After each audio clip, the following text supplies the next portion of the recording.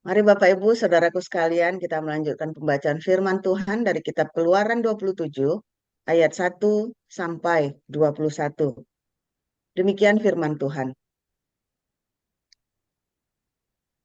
Haruslah engkau membuat mezbah dari kayu penaga, 5 hasta panjangnya dan 5 hasta lebarnya, sehingga mezbah itu 4 persegi, tetapi 3 hasta tingginya. Haruslah engkau membuat tanduk-tanduknya pada keempat sudutnya. Tanduk-tanduknya itu haruslah seiras dengan mezbah itu, dan haruslah engkau menyebutnya dengan tembaga.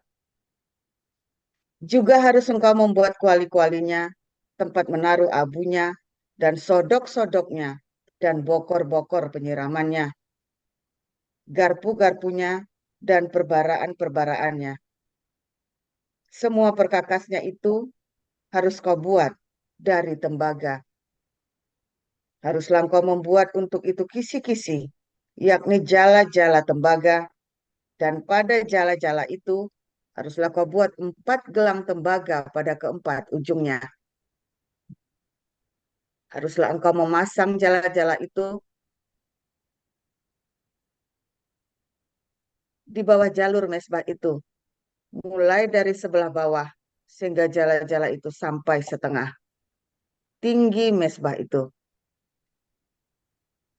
Haruslah engkau membuat kayu-kayu pengusung untuk mezbah itu. Kayu-kayu pengusung itu, ulang, kayu-kayu pengusung dari kayu tembaga, kayu-kayu pengusung dari kayu penaga, dan menyalutnya dengan tembaga. Kayu-kayu pengusungnya itu haruslah dimasukkan ke dalam gelang-gelang itu, dan kayu-kayu pengusung itu haruslah ada pada kedua rusuk mezbah itu waktu mezbah itu diangkut. Mezbah itu harus kau buat berongga dan dari papan, seperti yang ditunjukkan kepadamu dari atas gunung itu. Demikianlah harus dibuat mezbah itu. Haruslah engkau membuat pelataran kemah suci untuk pelataran itu pada sebelah selatan. Harus dibuat layar dari lenan halus yang dipintal benangnya. 100 hasta panjangnya pada sisi yang satu itu. Tiang-tiangnya harus ada 20 dan alas-alas tiang itu harus 20 dari tembaga. Tetapi kaitan-kaitan tiang itu dan penyambung-penyambungnya harus dari perak. Demikian juga pada sebelah utara, pada panjangnya harus ada layar yang 100 hasta panjangnya. Tiang-tiangnya harus ada 20 dan alat-alat tiang itu harus 20 dari tembaga. Tetapi kaitan-kaitan tiang itu dan penyambung-penyambungnya harus dari perak. Dan pada lebar pelatarannya itu, pada sebelah barat, harus ada layar yang 50 hasta dengan 10 tiangnya dan 10 alas tiang itu. Lebar pelataran itu, yaitu bagian muka pada sebelah timur harus 50 hasta, yakni 15 hasta layar untuk sisi yang satu di samping pintu gerbang itu dengan 3 tiangnya dan 3 alas tiang itu. Dan juga untuk sisi yang kedua di samping pintu gerbang itu 15 hasta layar dengan 3 tiangnya dan 3 alas tiang itu. Tetapi untuk pintu gerbang pelataran itu tirai 20 hasta dari kain ungu tua dan kain ungu muda, kain kirmizi, dan dari lenan halus yang dipintal benangnya. Tenunannya yang berwarna-warna dengan 4 tiangnya dan 4 alas tiang itu. Segala tiang yang mengelilingi pelataran itu haruslah dihubungkan dengan penyambung-penyambung perak dan kaitan-kaitannya harus dari perak dan alas-alasnya dari tembaga. Panjang pelataran itu harus 100 hasta, lebarnya 50 hasta, dan tingginya 5 hasta dari lenan halus yang dipintal benangnya, dan alas-alasnya harus dari tembaga. Adapun segala perabotan untuk seluruh perlengkapan kemah suci dan juga segala patoknya dan segala patok pelataran, semuanya harus dari tembaga. Haruslah kau perintahkan kepada orang Israel supaya mereka membawa kepadamu minyak zaitun tumbuk yang murni untuk lampu, supaya orang dapat memasang lampu agar tetap menyala. Di dalam kemah pertemuan, di depan tabir yang menutupi tabut hukum, haruslah Harun dan anak-anaknya mengaturnya dari petang sampai pagi di hadapan Tuhan. Itulah suatu ketetapan yang berlaku untuk selama-lamanya bagi orang Israel turun-temurun. Demikian. Terima kasih Pak Abraham. Terima kasih Bu Nerliana. Untuk pembacaan berikutnya kita akan baca dari 1 Korintus pasal yang 11 ayat 1 sampai dengan 31 ayat 1 sampai dengan 16 akan dibacakan oleh Bu Sarma, dan ayat 17 sampai dengan 34 akan dibacakan Bu Kristi Wijaya. Bu Sarma, dipersilakan Bu. Baik, saya akan bacakan kebenaran firman Tuhan yang terambil dari 1 Korintus 11 ayat 1 sampai 16. Beginilah pembacaan kebenaran firman Tuhan. Jadilah pengikutku, sama seperti aku juga menjadi pengikut Kristus. Aku harus memuji kamu, sebab dalam segala sesuatu kamu tetap mengingat akan aku dan teguh berpegang pada ajaran yang kuteruskan kepadamu. Tetapi aku mau supaya kamu mengetahui hal ini, yaitu kepala dari tiap-tiap laki-laki ialah Kristus, kepala dari perempuan ialah laki-laki, dan kepala dari Kristus ialah Allah. Tiap-tiap laki-laki yang berdoa atau bernubuat dengan kepala yang bertudung, menghina kepalanya. Tiap-tiap perempuan yang berdoa atau bernubuat dengan kepala yang tidak bertudung, menghina kepalanya, sebab ia sama dengan perempuan yang dicukur rambutnya. Sebab jika perempuan tidak mau menudungi kepalanya, maka haruslah ia juga menggunting rambutnya. Tetapi jika bagi perempuan adalah penghinaan bahwa rambutnya digunting atau dicukur, maka haruslah ia menudungi kepalanya. Sebab laki-laki tidak perlu menudungi kepalanya. Ia menyinarkan gambaran dan kemuliaan Allah. Tetapi perempuan menyinarkan kemuliaan laki-laki. Sebab laki-laki tidak berasal dari perempuan, tetapi perempuan berasal dari laki-laki. Dan laki-laki tidak diciptakan karena perempuan, tetapi perempuan diciptakan karena laki-laki.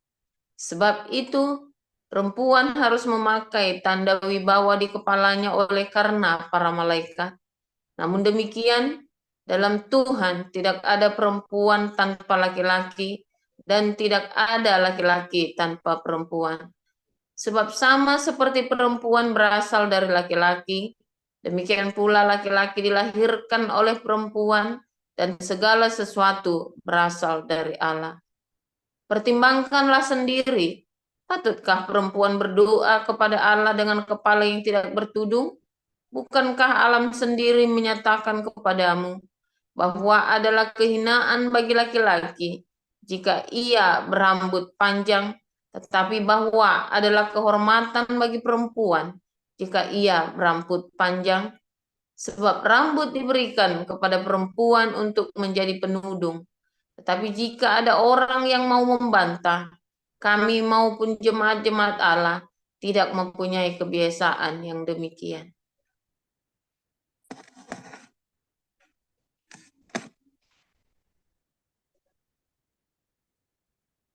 Baik, terima kasih Bu Sarma.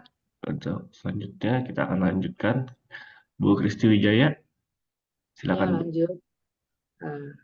Kebiasaan-kebiasaan yang salah dalam perjamuan malam. Dalam peraturan-peraturan yang berikut, aku tidak dapat membenci kamu, sebab pertemuan-pertemuan tidak mendatangkan kebaikan, tetapi mendatangkan keburukan. Sebab pertama-tama aku mendengar bahwa apabila kamu berkumpul sebagai jemaat, ada perpecahan di antara kamu.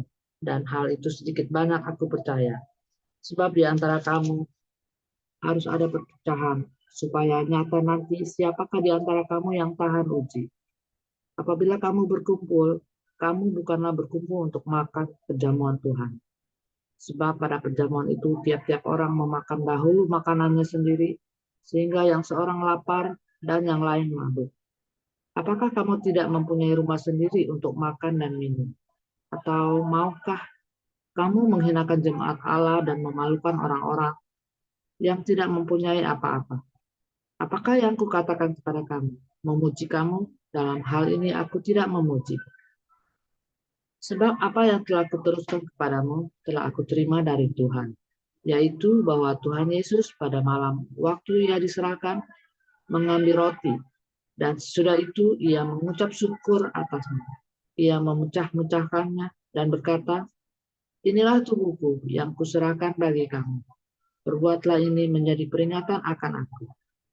Demikian juga ia mengambil cawan sesudah makan lalu berkata, cawan ini adalah perjanjian baru yang dimateraikan oleh darahku. Perbuatlah ini. Setiap kali kamu meminumnya menjadi peringatan akan aku. Sebab setiap kali kamu makan roti ini dan minum cawan ini, kamu memberitakan kematian Tuhan sampai ia datang. Jadi barang siapa dengan cara yang tidak layak makan roti atau minum cawan Tuhan, ia berdosa terhadap tubuh dan darah Tuhan. Karena itu, hendaklah tiap-tiap orang memuji dirinya sendiri, dan baru sesudah itu ia makan roti dan minum dari cawan itu. Karena barang siapa makan dan minum tanpa mengakui tubuh Tuhan, ia mendatangkan hukuman atas dirinya. Sebab itu banyak di antara kamu yang lemah dan sakit, dan tidak sedikit yang meninggal. Kalau kita memuji diri kita sendiri, hukuman tidak menimpa kita. Tetapi kalau kita menerima hukuman dari Tuhan, kita dididik supaya kita tidak akan dihukum bersama-sama dengan dunia. Karena itu, saudara-saudaraku, jika kamu berkumpul untuk makan, nantikanlah olehmu seorang yang lain. Kalau ada orang yang lapar, baiklah ia makan dahulu di rumahnya, supaya jangan kamu berkumpul untuk dihukum. Hal-hal yang lain akan kuatur kalau aku datang. Demikianlah firman Tuhan pada pagi hari ini. Amin. Amin. Terima kasih Bu Kristi Wijaya. Kita akan mendengarkan renungan dari gembala kita, Pastor Joseph Paulzang, dengan tema hari ini adalah tembaga dan minyak. Silakan Pastor Paul.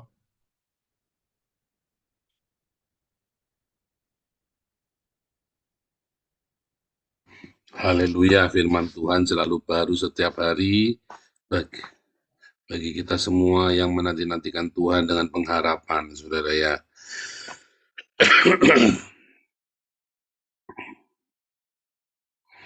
Oke, saudara, hari ini kita belajar tentang peralatan dalam mesbah, dalam tabut, dalam kemah suci, ya, yaitu mesbah yang disalut dengan tembaga, juga lampu, ya, minyak untuk lampu, saudara. Saudara, di dalam kemah suci itu, ya, ada tabut perjanjian, ada lampu, ada meja ukupan, ada meja roti, saudara ya. Dan di dalam setelah di kemah suci atau kemah suci, di pelatarannya itu nanti ada mesbah tembaga, saudara. Mesbah tembaga. Sebelum Anda masuk ke ruang maha suci, Anda pasti melewati semua perkakas yang disalut dengan tembaga. Mengapa harus dengan tembaga? Karena tembaga itu ya, berasal dari huruf taf, ya saudara ya, taf, huruf paling terakhir, yaitu perjanjian. Kalau Anda eh, apa namanya eh, mengerti tentang Kabalah, di dalam Kejadian 1 ayat 1 dikatakan, pada mulanya alam ciptakan langit dan bumi, Beresit bara Elohim at Hashemayim, we et haaret. Kata et itu dari alef taf, saudara ya. Atau huruf et itu ya, huruf et menunjukkan objek ya, saudara ya. Huruf et itu dari alef dan taf. Ya, jadi pada mulanya ya sampai dibuatnya perjanjian itu, saudara. Maksudnya seperti itu. Jadi setiap penciptaan ya dimulai dengan sebuah logos, dengan firman, dan merupakan sebuah perjanjian. Penciptaan langit dan bumi itu diawali dengan logos dan perjanjian. Nah itu saudara ya, yang awal dan yang akhir itu adalah sebuah perjanjian yang kekal, saudara. Itu maksudnya ya, makanya huruf taf itu, huruf alef dan huruf taf itu sangat penting di dalam hermeneutik atau tafsir Alkitab versi Yahudi, saudara, huruf alef dan taf itu. Nah, sama juga ya, huruf taf itu artinya memang perjanjian, ya. Kalau Anda melihat, ya, ada kuasa, alef, ox, kuasa, strong, power, dan taf, ada perjanjian, ada kuasa di dalam perjanjian. Sehingga semua perkakas bait suci itu harus disalut dengan tembaga. Mengapa enggak emas ya, saudara ya? Ada mereka punya emas banyak loh. Ya, tetapi dengan tembaga, ya, disalutnya dengan tembaga. Tembaga adalah sebuah perjanjian, ya, saudara ya. Dan kalau Anda lihat huruf taf itu simbolnya itu salib, saudara. Ya, itulah perjanjian yang abadi, perjanjian yang kekal. Salib Kristus itu perjanjian yang abadi, saudara. Di mana cintanya Tuhan itu dicurahkan untuk umat manusia. Makanya huruf taf itu disimbolkan dengan tanda salib. Ya, saudara ya. Nanti kalau Anda belajar lagi, Nehustan, ular tembaga, itu juga sama ya. Ular yang ditinggikan, disalib itu loh, saudara. Nah, itulah sama seperti Musa meninggikan ular di padang gurun, anak manusia harus ditinggikan, Yohanes 3 itu ya. Nah, itu dengan cara disalib.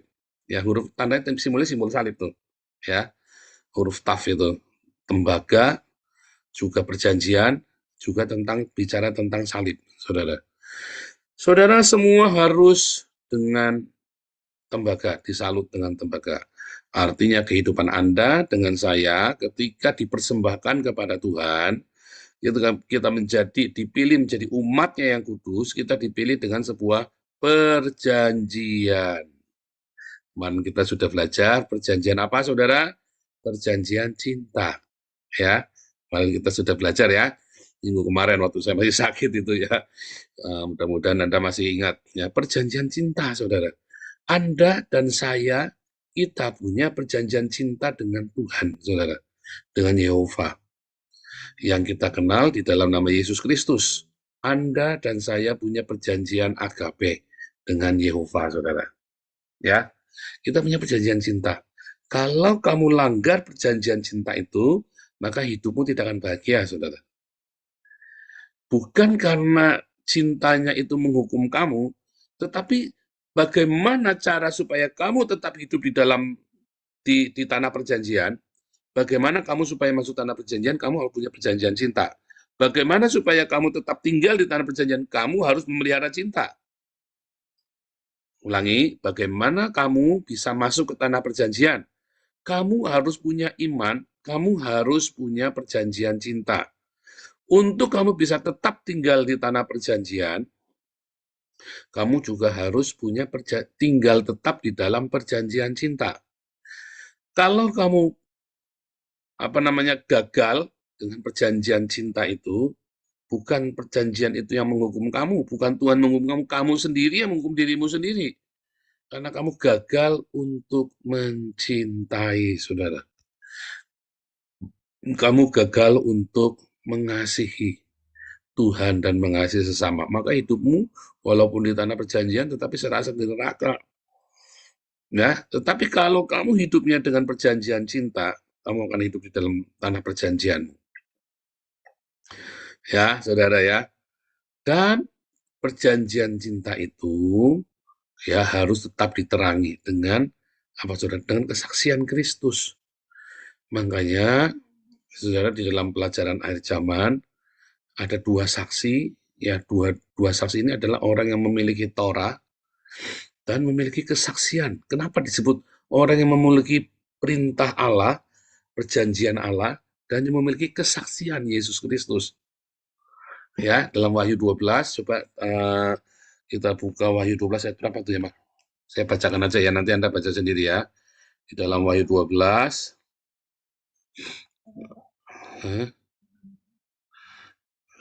perempuan itu mengejar. Apa nih, Wahyu 12, saya bacakan ya. Wahyu 12 ayat 18 ya. Ayat 17. Maka marahlah naga itu kepada perempuan itu, lalu pergi memerangi keturunannya yang lain, yang menuruti hukum Allah dan memiliki kesaksian Yesus. Mengapa yang dikejar adalah orang yang punya perjanjian cinta dan yang memiliki kesaksian Yesus Kristus, saudara. Karena, saudara, kalau Anda lihat, musuh Islam itu adalah Kristen dan Yahudi, saudara. Dan orang Kristen dan Yahudi ini adalah orang yang punya hukum Allah, yaitu orang Yahudi, dan punya kesaksian Yesus Kristus, yaitu orang Kristen. Anda satu harus punya perjanjian agape itu, karena inti dari Torah adalah cinta, kan? Inti dari Torah adalah cinta, saudara. Ya, sehingga Anda harus punya perjanjian itu. Perjanjian cinta. Dua, Anda harus punya kesaksian. Kesaksian Yesus itu apa, saudara? Kesaksian bukti dari cinta itu.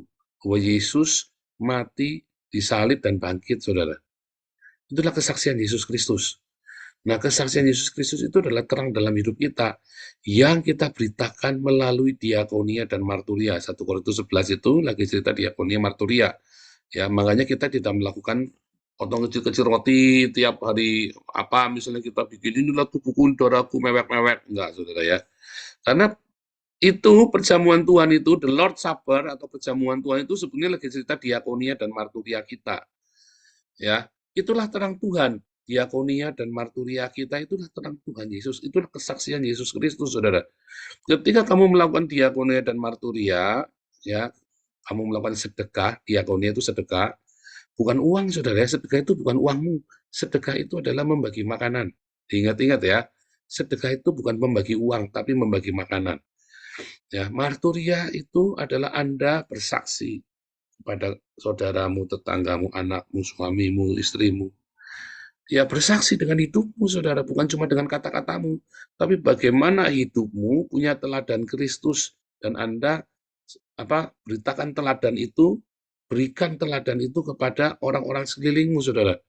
Itulah bersaksi yang benar, ya, lebih ampuh dari mulutmu, saudara, lebih ampuh dari perkataanmu. Diakonia dan marturia total adalah amanat agung. Sehingga kesimpulannya apa? Satu, kita semua ingin masuk ke tanah perjanjian. Saya sudah di tanah perjanjian. Ya, kalau Anda ingin masuk ke tanah perjanjian, Anda harus punya hukum Tuhan dulu. Punya perjanjian, yaitu punya agape. Pertanyaan, apakah Anda punya agape dalam hidupmu? Apakah ada pengampunan di rumah tanggamu? Apakah ada pengampunan di dalam hidupmu, dalam rumah tanggamu? Apakah ada belas kasih? Apakah di rumah tanggamu ada kemurahan? Apakah ada diakoni, ada sedekah dalam hidupmu, dalam rumah tanggamu? Itulah perjanjian kita dengan Tuhan, saudara. Mengampuni dan bersedekah. Ya, mengampuni dan bersedekah, saudara. Karena dua hal ini bikin kamu nggak masuk surga itu, saudara. Begitu kamu konsisten dengan ini, kamu akan segera masuk dalam tanah perjanjian. Dan kalau kamu jaga hidupmu dengan pengampunan dan sedekah, kamu tetap akan tinggal dalam perjanjian. Ingat, sedekah membuat kamu merasakan kerajaan Allah dalam hidup. Pengampunan menghadirkan Tuhan. Ya, rumusnya ya. Sedekahmu itu menghadirkan kerajaan Allah. Pengampunanmu menghadirkan Tuhan sendiri, saudara. Dalam pengampunan kamu akan berjumpa dengan Tuhan. Orang yang kamu ampuni, orang yang kamu lepaskan pengampunan, pendamaian itu, kamu sedang menghadirkan Tuhan. Kamu jangan berpikir Tuhan yang muluk-muluk, saudara. Kita cerita Tuhan yang real. Sedekah menghadirkan kerajaannya, ya. Tapi pengampunan menghadirkan Tuhan itu sendiri, saudara. Simple ya. Itulah tanda perjanjian. Dan kamu harus punya, tadi ya saudara ya, ada minyak yang selalu menyala. Biarkan Roh Kudus itu, rema itu, minyak itu selalu cita Roh Kudus. Ia akan terus membuat kamu tetap tinggal di situ, saudara. Makanya tiap hari kamu kudu dengar logos. Dengarkan firman Tuhan tiap hari. Dengarkan firman Tuhan. Ya, satu logos itu akan jadi rema. Dan kalau tiap hari rema itu ada bersamamu, kamu akan tetap tinggal di dalam perjanjian itu dan kamu akan menang, saudara. Hidupmu akan bahagia. Hidupmu akan benar, akan bahagia. Karena kamu punya satu logos yang menjadi rema setiap hari. Apalagi berlimpah. Nah, makanya selalu muter-muter, itulah lingkaran sorga, saudara, lingkaran kehidupan. Ya, selalu ada cinta, ada pengampunan, ada cinta, ada pengampunan, ada sedekah, ada rema, ada cinta, ada pengampunan, ada sedekah, terus kamu akan tinggal stay di dalam berkat Tuhan dan kamu akan diberkati terus, saudara. Kalau lingkaran setan, ya pokoknya dosa lagi, kebencian menghasilkan pembunuhan, pembunuhan menghasilkan dosa, dosa menghasilkan kebencian. Terus, saudara, nggak lepas-lepas, kamu harus pindah.